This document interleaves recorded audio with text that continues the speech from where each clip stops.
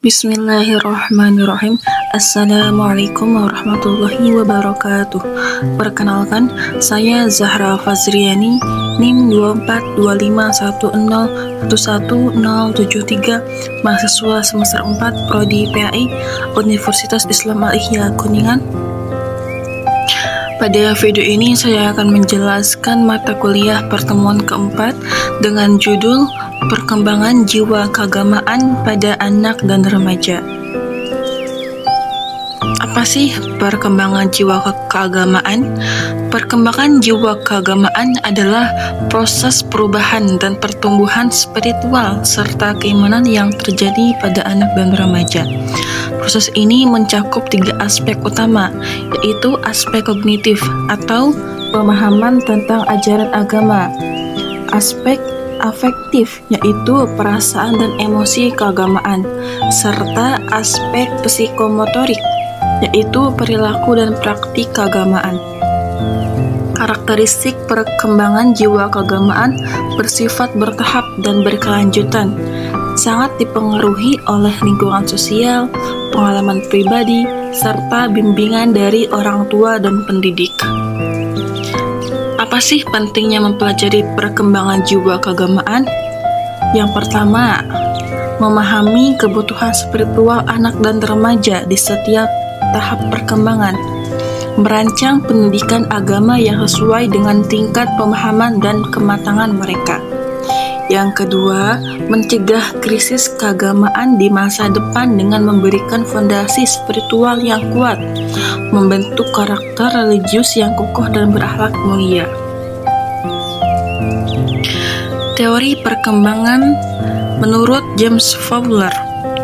Tahap perkembangan menurut Fowler, James Fowler mengembangkan teori perkembangan iman yang terdiri dari 6 tahap. Yang pertama, iman intuitif atau projektif dari usia 3-7 tahun, yaitu iman dibentuk oleh imajinasi dan cerita. Yang kedua, iman mistis atau literal dari usia 7-12 tahun, yaitu pemahaman literal terhadap ajaran agama. Yang ketiga, iman sintesis atau konvensional. Ini pada usia remaja, iman mengikuti kelompok sosial. Yang keempat, iman individuatif atau reflektif. Ini pada masa dewasa muda, yaitu evaluasi kritis terhadap keyakinan. Yang kelima, iman konjuktif, yaitu menerima kompleksitas dan paradoks.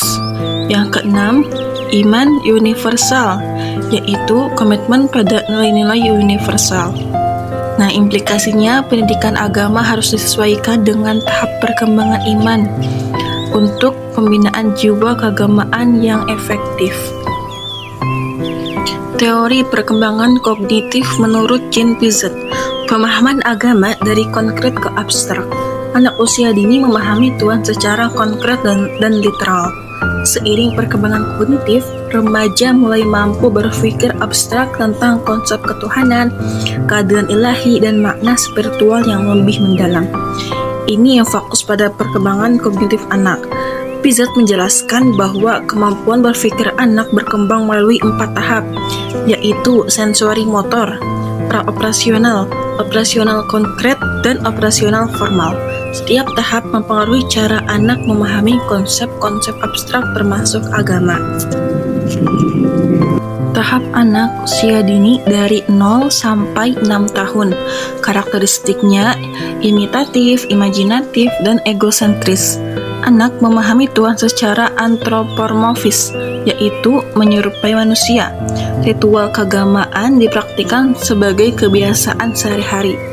Perilaku keagamaannya meniru gerakan sholat, mengucapkan doa sederhana, dan mendengarkan cerita keagamaan.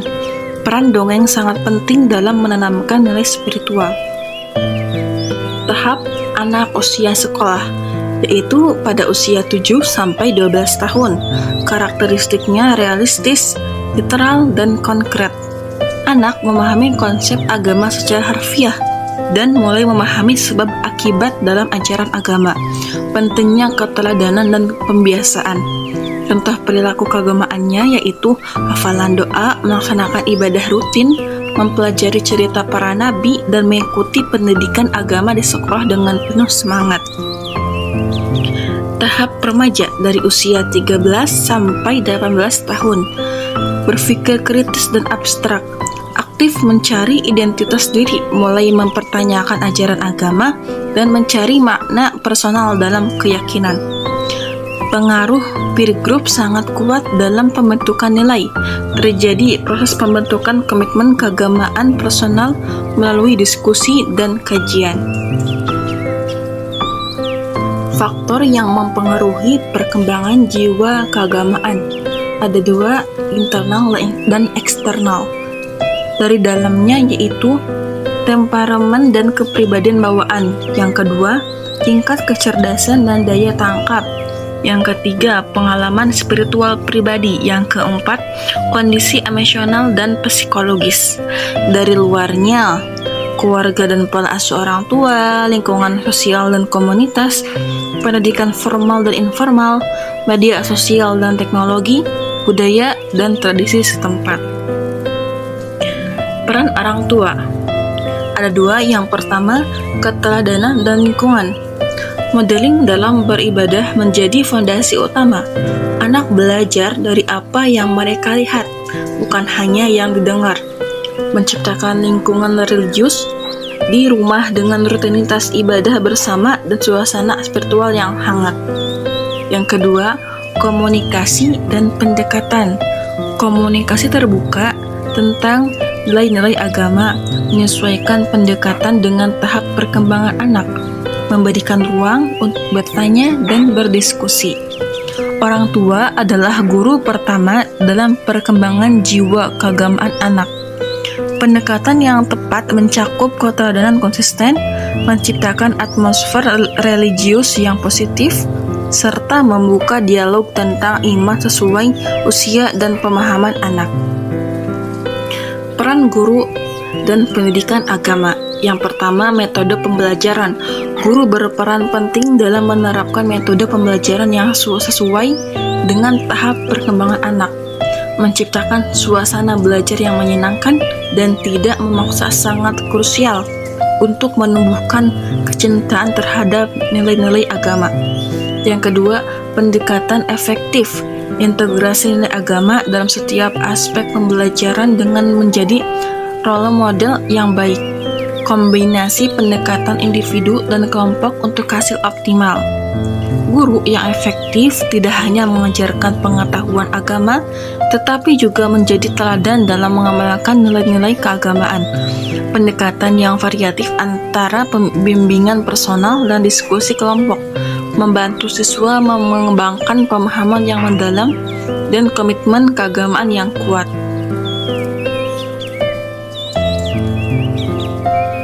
Permasalahan dalam perkembangan keagamaan. Permasalahannya ada tiga. Yang pertama, krisis keamanan.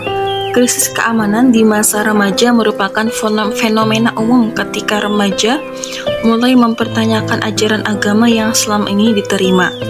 Konflik antara nilai agama dengan budaya populer sering memicu kebingungan identitas keagamaan pada remaja. Yang kedua, pemaksaan ritual. Pemaksaan ritual tanpa pemahaman dapat menyebabkan anak menjalankan ibadah secara mekanis tanpa makna. Hal ini berpotensi menimbulkan penolakan terhadap agama di kemudian hari karena tidak ada koneksi emosional dan spiritual yang terbentuk. Yang ketiga, tantangan lain.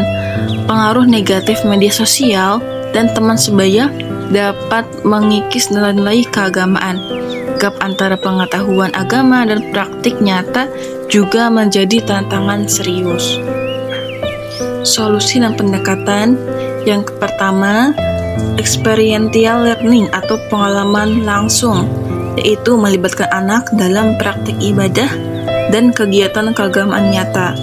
Integrasi teknologi dalam pembelajaran agama, memanfaatkan media digital untuk menarik minat generasi muda.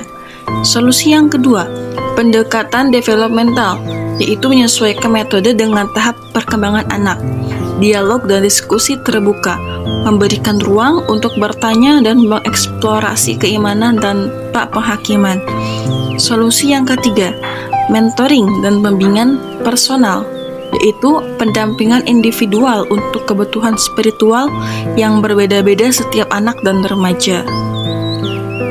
Dampak positifnya yaitu kesehatan mental dan emosional yang stabil, karakter moral yang kuat, serta resiliensi dalam menghadapi berbagai masalah kehidupan.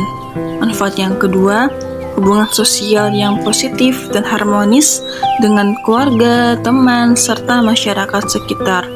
Individu yang religius mampu menjadi teladan dan memberikan dampak baik bagi lingkungannya. Kesimpulannya, perkembangan jiwa keagamaan adalah proses bertahap dengan karakteristik unik di setiap tahap usia. Peran orang tua dan pendidik sangat krusial dalam membentuk jiwa keagamaan anak dan remaja. Tujuan akhirnya, pendekatan pendidikan harus disesuaikan dengan tahap perkembangan. Tujuan akhir adalah membentuk individu religius, berakhlak mulia, dan berkontribusi positif di masyarakat. Terima kasih. Sekian dari saya.